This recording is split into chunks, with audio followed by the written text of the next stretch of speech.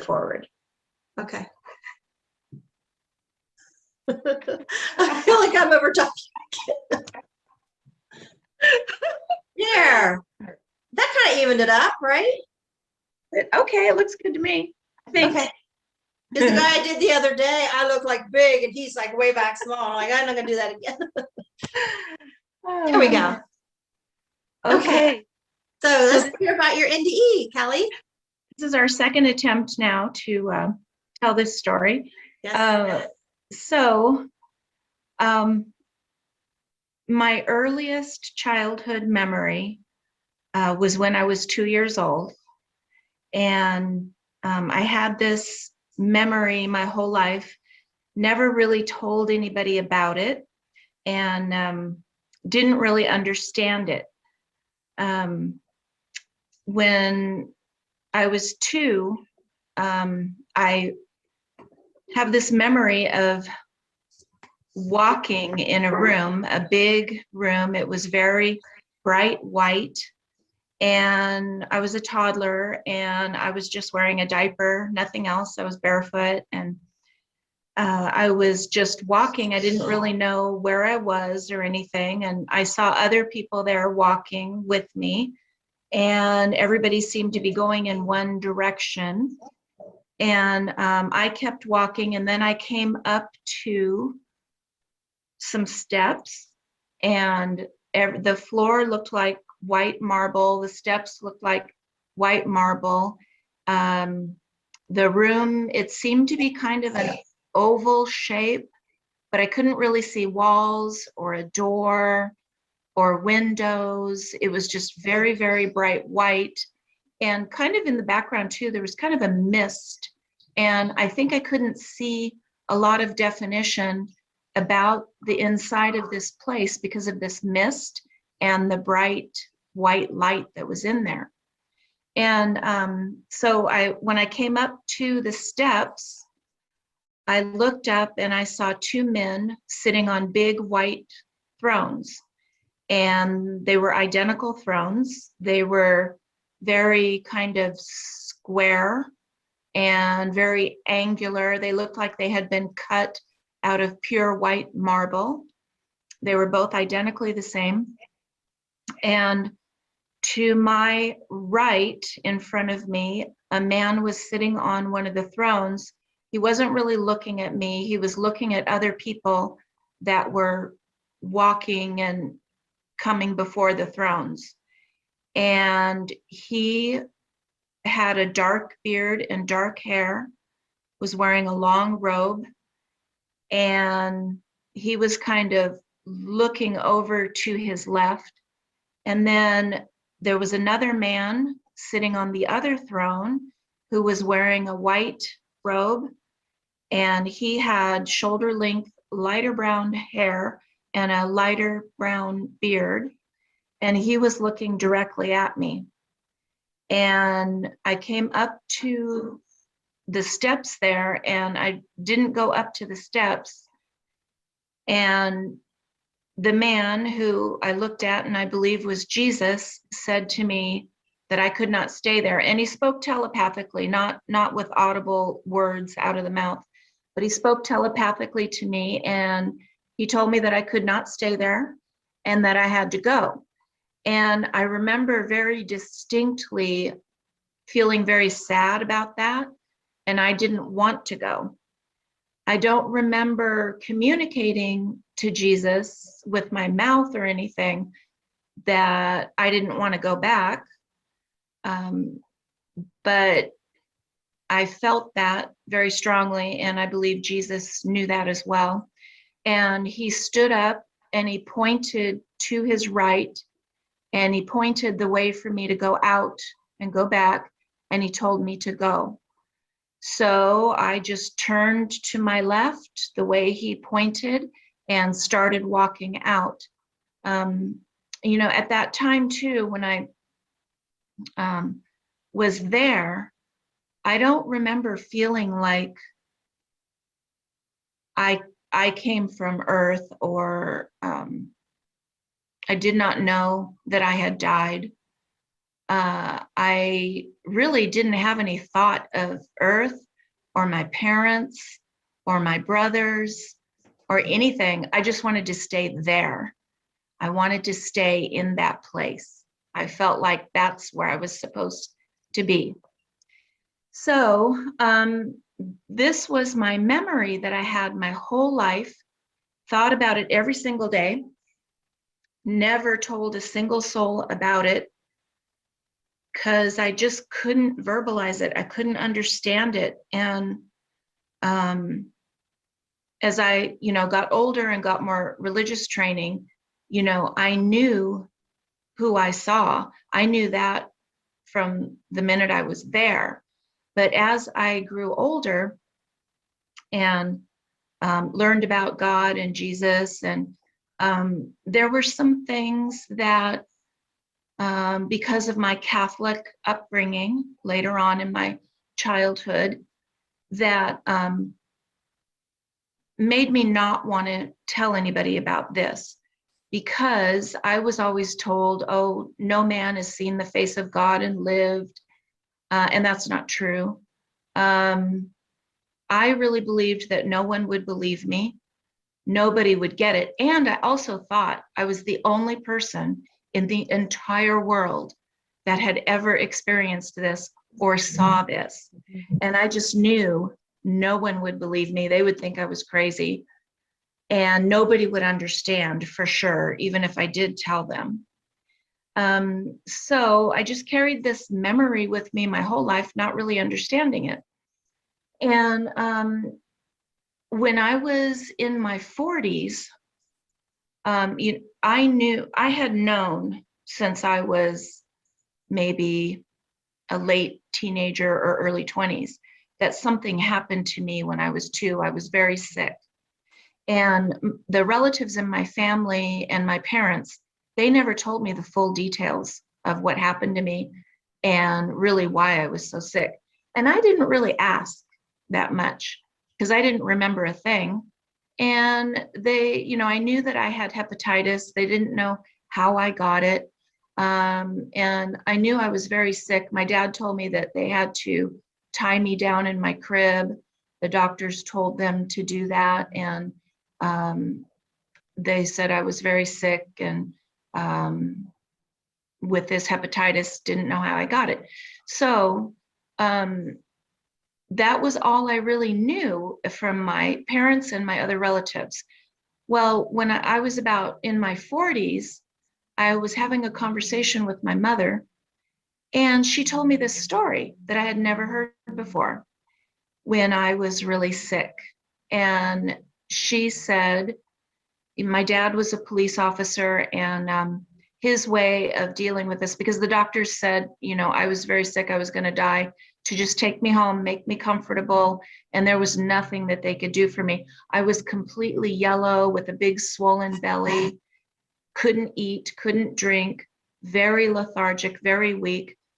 And so the way that my mom took me home, and the way that my dad chose to deal with this was he just worked a lot. He worked the graveyard shift, and he stayed gone working because he couldn't handle me dying, me being that sick. So when my mother brought me home and she was told that I was dying, she called the Carmelite Nuns, which down in Southern California where we lived was an order of nuns that was well known for having a healing ministry. They prayed for the sick and they would be healed. So my mother called the Carmelite Nuns and asked them, please pray for my daughter. She's very sick. She's dying. The doctor said she's going to die. Please pray for her to be healed. So they did. And one night, my mom told me that she was holding me and rocking me in the middle of the night. And all of a sudden, I just went limp and stopped breathing. And at that moment, she was terrified. She shook me and she just cried out to God and said, please don't take her. Don't take my baby. Don't take her.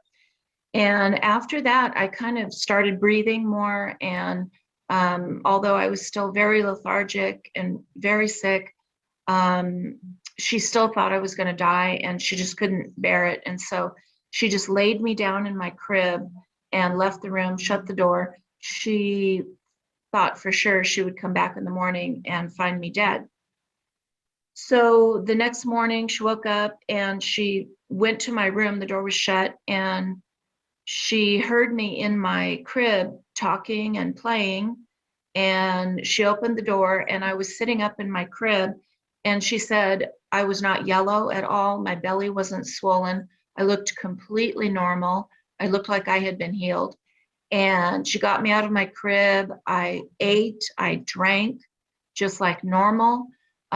She knew it was a miracle. And she took me back to the doctors, and the doctors couldn't believe it. They said, we have no explanation for this. We completely knew that she was dying. We don't understand this, but evidently she doesn't have hepatitis anymore. They ran tests on me, and my liver function was completely normal. So when my mother told me this story that she had never told me my whole life, I started to put two and two together, and I was like, oh my goodness, that's what happened to me. I was in heaven. At that moment was when I died, and I visited the throne room of God, and I saw God and Jesus on their thrones.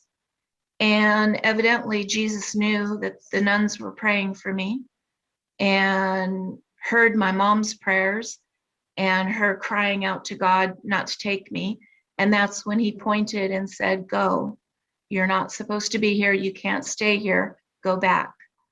So that was my near-death experience at age 2. And so ever since I started researching near-death experiences and what had happened to me, I've learned that this has happened to millions of people, and I'm not the only one.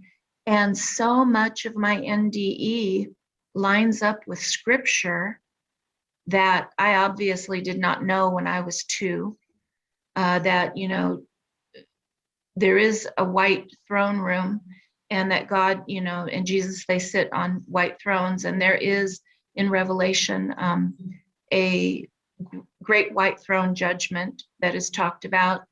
And Jesus sits at the right hand of the Father. So just many things like that.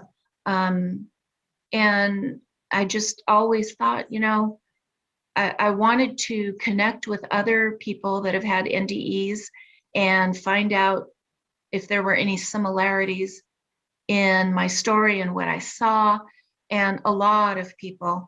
And I don't often run across a lot of people that had an NDE at the age of 2. There are some people that have had NDEs even younger than that, but it's not as common. And I really wanted to understand some of the NDEs of children, and that's what led me to read your book, Pegi. And I believe that when children have these experiences, they don't lie about them, they tell the truth. And they a lot of times don't have any Bible knowledge or religious training and no life experience to explain what happened to them. And so I find it fascinating. And then I thought, I want to share this with other people to let them know that heaven is real, God is real, Jesus is real. They live, they're on the thrones, they hear our prayers, they see us, they know us. We came from there. We're going to go back there. When we're sent back, it's because it wasn't our time.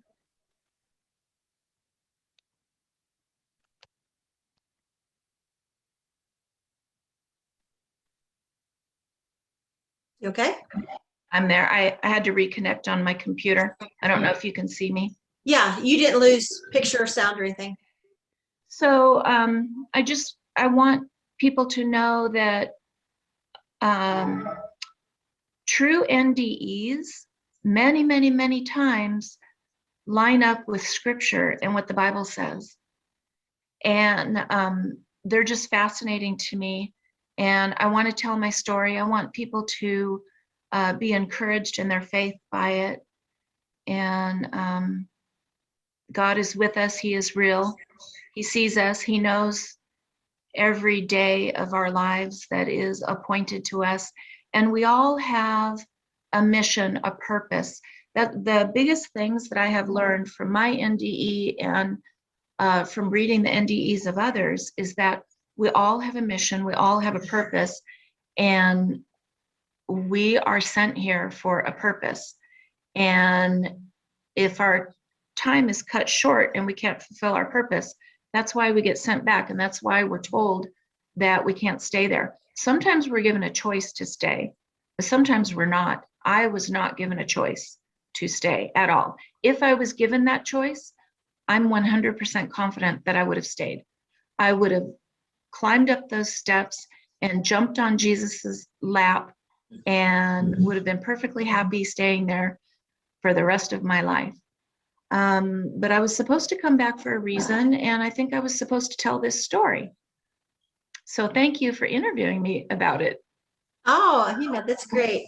I love hearing your story because, like we talked before, my first memory in a baby bed is you sit in the wrong family, so I understand that memory when you're so small and you carry it around your whole life and you don't speak of it because it doesn't make any sense. Right. Things like that do not happen. Right. So you don't talk about things that cannot happen, even though you have this memory. Right. And the memory was not like a dream. It was a memory. It was my first childhood memory. Dreams, I forget them. Mm-hmm. Many times right after I wake up, I forget them.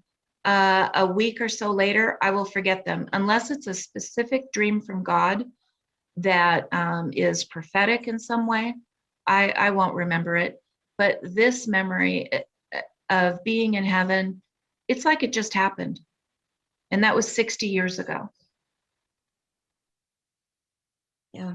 And I think that we remember these so vividly, so well, because the memory isn't in our brain, it's in our soul.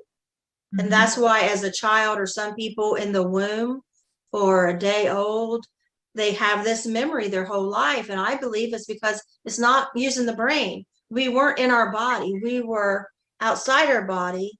And that collection of memories is in our soul. Yes. And it's in that place of perfect knowing and recollection, knowledge, and you can't break it. You can't forget it. And then it seems to grow. It's like a gift. The more you think about it and remember it and focus on it, the more the details become larger, more in your attention. And like, oh, wait, I remember this too. Then I remembered that, but I would kind of skim over it because I didn't understand it. But wait a minute, I think maybe I'm starting to understand. And like with me sitting in the baby bed, there's nothing ever said that I died. So I don't know why that happened, why that is my first memory. I just, when I started writing my book, I thought, well, I want to go back to my first memory because all these things I'm telling is all my memories. Right. And so I went back to my first memory and I thought, well, there that is. But I didn't want to put it on paper. I mean, it's the first page in my book. I didn't want to do it because it makes no sense. And something just told me, don't worry about what makes sense. Just tell the truth. Yeah. And maybe scientists later or somebody else later will point out and tell you how this all makes sense. But don't worry about that. Just tell the truth and tell it and tell it. And that's what I did. And then later, you might be a few years later, like, oh, wait a minute, I think I get that. As much as I can get it, we're never going to know. You're absolutely right about that. And when you mentioned, the consciousness and, our physical brain did not go with us, but our soul and our consciousness did go with us. And that explains why now, when people have NDEs that are under anesthesia, deep anesthesia, they can't possibly know anything, hear anything, see anything, but they leave their bodies, they see the operating room, they go up to the ceiling, they look down, they go to heaven, they see things. So that in early NDE study, a lot of people tried to say, oh, this is just hallucination from drugs, and you can't possibly, you know, leave your body and go to heaven. And well, now they've proven that really drugs don't do this. Anesthesia doesn't do this. When you're deeply sedated, how can you even hallucinate or have any thoughts in your brain? You can't unless your soul leaves your body and your consciousness goes with you. Yeah. And in that baby bed moment, I have a memory. In that memory, I'm remembering heaven. Yeah. Because I'm thinking, well, you always did take care of me. Like every thought, every want, everything was always taken care of. Like I was just spoiled in this place. And I remembered that. And so I'm sitting here thinking, these people are weird. They don't like me. You sent me to the wrong family. So I'm waiting to be switched because they always took care of me. And so there's this memory in the memory, you know what I mean? Yes. Of another place. And it has to be a memory of heaven. Yes. And so I have never been told that I crib death or that I was sick or that anything at all. So, that why that happened, I have no, maybe it was, we could maybe all day, I guess. So I don't know why, but that was my first memory. And then it goes to the 5-year-old drowning. Yes. Did you feel like heaven was more your home? That's where you were supposed to be. I felt like that's where I came from, and that's where I was supposed to be. That was my real home. That's where I was supposed to stay. It just seemed very weird to go back, to leave. I didn't really have a thought or a memory of my parents, my home, my brothers, nothing. All of that was gone. And all that I was thinking about was where I was and who I was with, and that my soul was supposed to be there. My whole being was supposed to be there. I was so sad to be sent away by Jesus.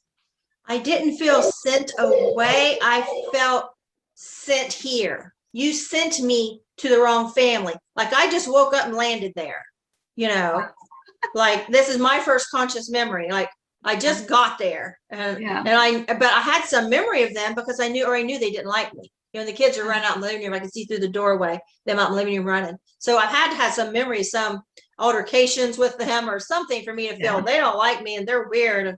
And I knew I wasn't supposed to be with that family.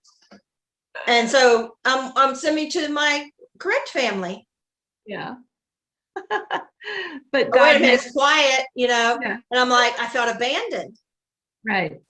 Because the silence was my answer. Nobody was coming to rescue me. Right, because God doesn't make mistakes. Yeah. He put you there for a reason. But we often tell him he does. And that's what I was supposed to make. You made a mistake here. Right. Wrong delivery. Yeah. Because that family, I just couldn't have been right. That couldn't have been where I was supposed to go. I mean, Peggy, do you feel like you came back with any gifts from heaven or from your experience? Yeah. How about you? Well, I definitely feel like I'm an empath. And I believe that I came back with that, and also a really strong gift of discernment. I think being in the presence of God and Jesus, maybe you come back with some things, you come back changed. I don't think anybody that has had a true NDE or has seen God or Jesus, I don't see how they could help by being changed by that. But since I was only 2 and hadn't really experienced life or sin or, much of anything, I don't know if I was just born with those things or if it was, a gift that was given to me later, or if I came back from heaven with that. But I've had a lot of spiritual experiences in my life that I believe the door was opened somehow. The veil was lifted for me somehow my whole life. So I've seen dead relatives. They visited me. I have had prophetic dreams, things come true, dreams from God that He has given me. I've seen angels and had a lot of spiritual experiences, and have been close to the Lord my whole life. Even when my parents weren't serving the Lord, I made them take me to church. So they would take me to church and drop me off when I was like 10, and then they'd come back and pick me up. So I think that we do come back with some things, and I'm always intrigued by people who say these things after their NDE. But the main thing, the main theme that I always hear in NDEs is the tremendous love and peace that they feel in heaven. And the love comes from Jesus. And so many people see the light, and the light is God. The light comes from Jesus. And I have, since I am an empath, I do have love for people. And that's why I'm a nurse. And that's why I want to help everybody and fix everybody. And God brings to me a lot of people that have problems and need help. And I feel like that's my ministry. That's my purpose here in life. If I have figured out anything at all, which I definitely have not figured out everything, I do believe that I'm just here to love people and help them. That's the only thing I can figure out from this experience. Yeah. I had spiritual experiences, but I just, same with the other, I just pushed it away because I didn't have words for that. I didn't have anybody I could confide in and tell those kind of weird things. And those things didn't happen to anybody. I mean, my middle sister is a compulsive liar, and she loved to tell ghost stories all the time. And I hated lies so bad because of her. And it seemed like we grew up, me, truth, her, lie. I mean, all through our lives and lives, because I just hated the lies, because she got me so many times with them, hurt me with them, hurt other people, scared me to death with them, you know. And so I just hated it. And now that I'm older, I look back and I'm thankful that I hated it, that I had her as a sister to learn how those things hurt. I even hated soap operas when I was a teenager. My mom or whoever would have them on, and I hated them. I said, if those people would just tell the truth, they wouldn't have all that drama, you know. And well, they just tell the truth. There's always these secrets and all this. I hated it so bad. I would even watch the news and say, how do you even know any of that's true? And I would go on the bookmobile and go nonfiction. I was like, keep that fiction away from me. It was a very strict thing with me. Not to say that I didn't ever lie as a teenager to my parents or to get out of trouble. I'm not to say that. But yeah, I absolutely hated it. I had heard once that if you lie, it means you're afraid of that person. And I thought, really? Well, I'm not going to show that I'm afraid of them by lying. I'll just tell them the truth. Yeah. Yeah. And then that saying, why lie when the truth will do, you know, and usually it will do better. And I have a short-term memory. I wouldn't be able to keep up with the lies. Yeah. I wouldn't remember. And like your NDE and a lot of others, I can't hardly remember the NDEs. I can remember parts, but not details, because I have a short-term memory problem. Or mine, you know, is embedded in my soul, you know. Right. I'll never forget it. I even picture I'll probably go senile, like dementia or something someday, but I'll get to ask her about her NDE and she'll be like this. You'll never forget that. Yeah. They'll be like, she won't know her name. She won't know her kids, but ask her about her NDE. I could just see that happening. I heard a priest on YouTube, I shared on Facebook last night, say, and I haven't found this study to look it up where he's getting this at, but he said that they're doing polygraphs with NDEers. Right. That they are finding, like, when you answer a question on a polygraph, you're answering from your subconscious. So even if you're lying, you know, and they said they show pictures of anything to do with death to an NDE on a polygraph, and their subconscious feels nothing, where other people are terrified. It'll react. Their subconscious will react. and then we feel nothing because we're not afraid of death. So I thought that was really interesting. I telegraph in a heartbeat. Absolutely. And I would like to see some other people do it too. Yeah, we do. Yeah. Yeah, kind of like lying outside the principal's office, and whoever's lying gets the board. Yeah. Yeah. We're gonna get to go play out in recess extra time. We're good girls. Yeah. So the But- thing about dying, you know, I'm not afraid of death because I know where I'm going.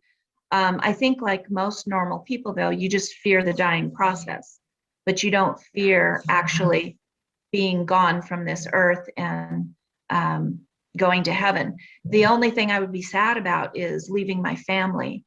But I know that they will join me eventually. So yeah, not a whole lot of fear there.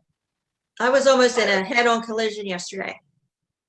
Somebody there was no cars else around, and they just pull right in my lane and come barreling straight towards me. They're not passing anybody. Like, why did this happen? And they're coming right towards me. And they were coming so fast towards me that I thought, death is with a vengeance coming after me. Death wants me dead right now. And I thought, oh, they're gonna, notify my family, my husband, my kids. And right now, this is it, 11 o'clock on a Saturday, and nobody's around. And why this great big black shiny SUV? Why? But this is it. There's no getting out of it. And my eyes went down, focused on my left wrist, and I watched it very calmly swerve to the right. Mm. And that thing, still in my lane, went right. And I'm bracing myself. My imagination, I can hear the crunching, the breaking of the glass, the skidding. But in reality, nothing happened. No noise, no bump. And I look in the rearview mirror, and they got in their own lane. I'm like, okay, was it intentional? Are they trying to play chicken? Do they recognize me in my car and I have an enemy? I don't know why this happened. Yeah, maybe they But were I'm okay. And so I look forward towards where I'm driving. I looked at the clock, the time, and it said 11:11. And I immediately thought of our video we did, and it ended up being 1 hour, 11 minutes, 11 seconds. And I thought, I got Kelly's thing tomorrow. I was meant to do Kelly's thing. Nothing's taking me out today. Wow, that's amazing. Thank God you're okay. Thank God he was protecting you. He surely had angels guiding your hand to turn the wheel. I had to pull over and call my friend because I was just shaking for 15 minutes. I can't go in the store and get the animal feed I need to get, because I'll be like, I won't be able to talk. So, but yeah, I was shook up all day. Your picture froze.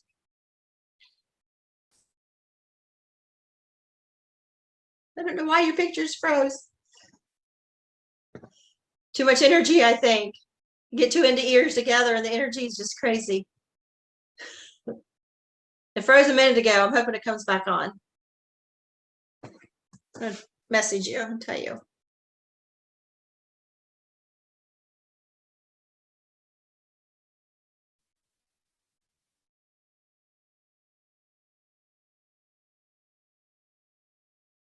Your picture froze.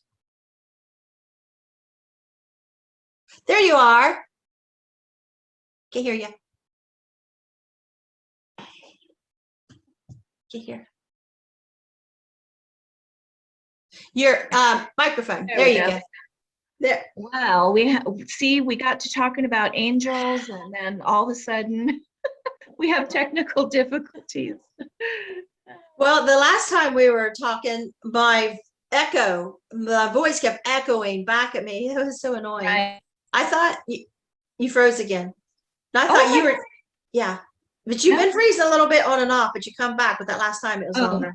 Okay. I need to calm down. Like, I get too much energy and I'm talking to another in the ear. It's like everything blows up. Well, maybe we need to talk about angels a little bit here. When I was 10, I saw an angel. I had never seen an angel before. And I was just in my bedroom in my house in Southern California. My mom was in the kitchen cooking. It was the middle of the day. And I was just sitting on my bed coloring in a coloring book. And at the foot of my bed was the doorway to my room. And I was just coloring in my coloring book and facing the doorway. And I looked up, and there, standing right outside my bedroom door, was a man that was about 8 feet tall, wearing a long white robe, and he was beautiful. I cannot even express to you how beautiful this man was. He had blonde, kind of curly, wavy hair to his shoulder, bright blue eyes, gleaming white teeth. He smiled at me. He was so tall and so big, he had to bend down under the door frame a little bit to look at me.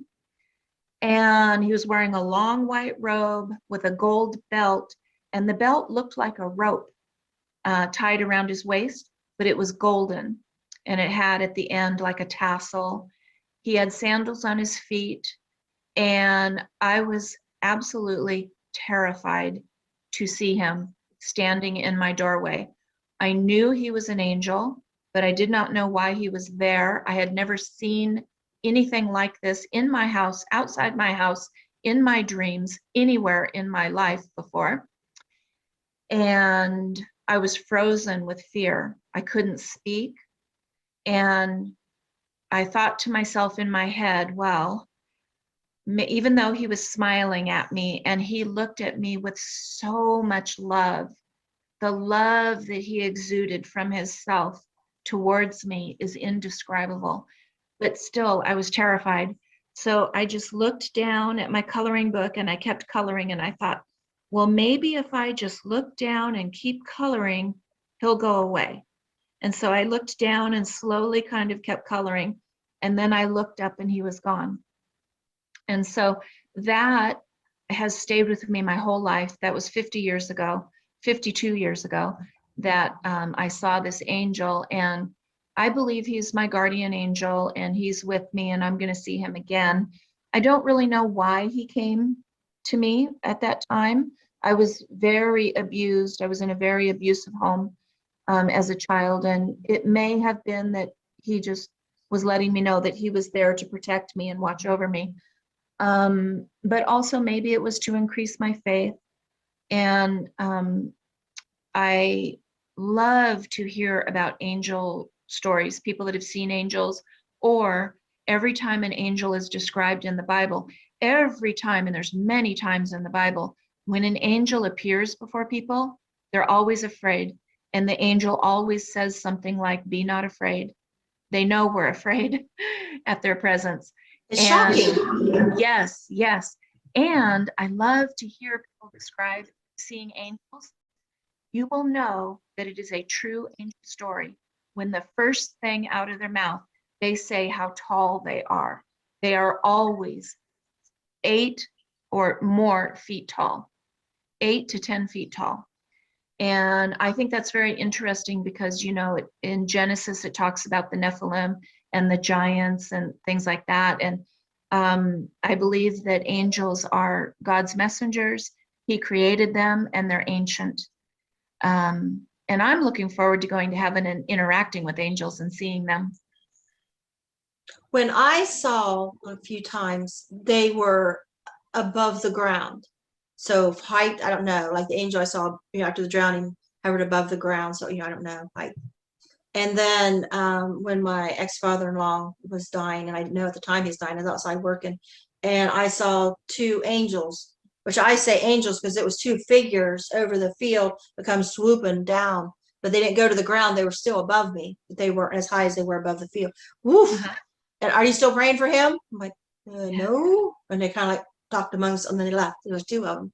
Mhm. And it was like a sea feel with them. Uh-huh. With the after the drowning, it was more of, I saw this woman, young woman, thin in shape of, a light in shape of a woman, Uh-huh. and when she lifted her hand, I could see, in my memory, I can see like a sleeve, and like Uh-huh. like a flowing white gown, but it was just Mhm. white, there was no color or anything. That's all I remember. And other times it was just Uh-huh. voice come in very clear telling me something. And Oh, so, but and they, you said something there earlier about, how we come back and we're different, and we're seeing things and we're knowing, and, discernment. I think the knowing, the discernment is because we, and the seeing, all of it, we are in that land in heaven where we have different instincts there than here. And I don't think we lose them when we come back. The ability to hear their voice, the ability to see a spirit, knowing, because we're in that land I call it all knowing.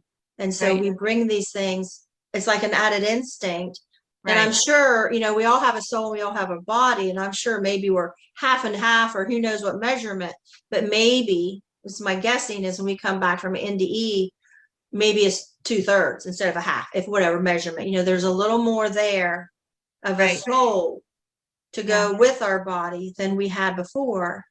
right, I had it drowning, I didn't remember it all. And then after I was 25 and had the dual pregnancy, then I remembered the drowning. And then I started being led, because I was getting these instincts, this knowing, and I got to go right now.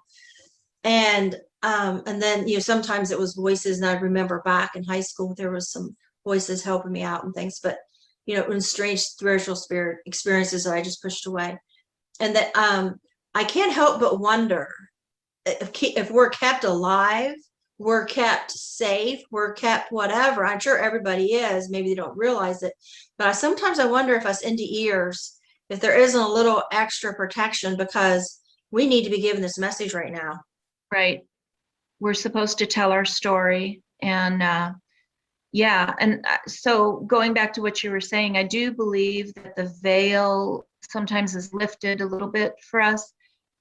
We can see things or know things, because I believe we come back with that from heaven. I've been with patients in the hospital dying, and at times, and even my mother-in-law when she was dying, where the veil is lifted and they're still alive. They have not left their bodies yet, but they're dying. And they can suddenly see dead loved ones, or they can see streets of gold, or they can see the immense beauty of heaven, beautiful flowers, or they see angels. And sometimes they even reach out or reach up with their hands, like they're trying to touch something or someone that they see. And it's amazing how there's these different dimensions.